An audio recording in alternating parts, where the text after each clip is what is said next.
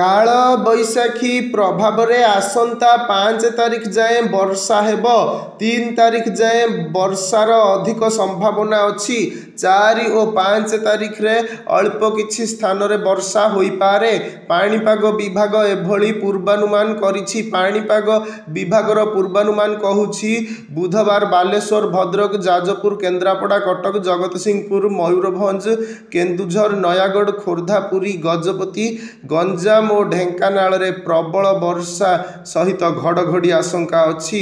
पवन झटका 40 रु 50 किमी छुई पारे। पश्चिम और दक्षिण ओडिशार विभिन्न स्थान रे भी वर्षा आशंका अच्छी।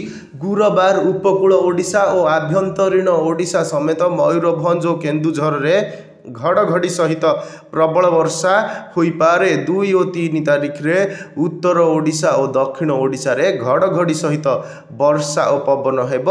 आसंता 4 दिन तापमात्रा अपेक्षाकृत कम रहिब पर ताती 2 रु 3 डिग्री बढ़िबो बोली पाणीपाग विभाग आकलन करिछि। मंगलवार केन्दुझर रे 31.2 मिमी वर्षा होइछि।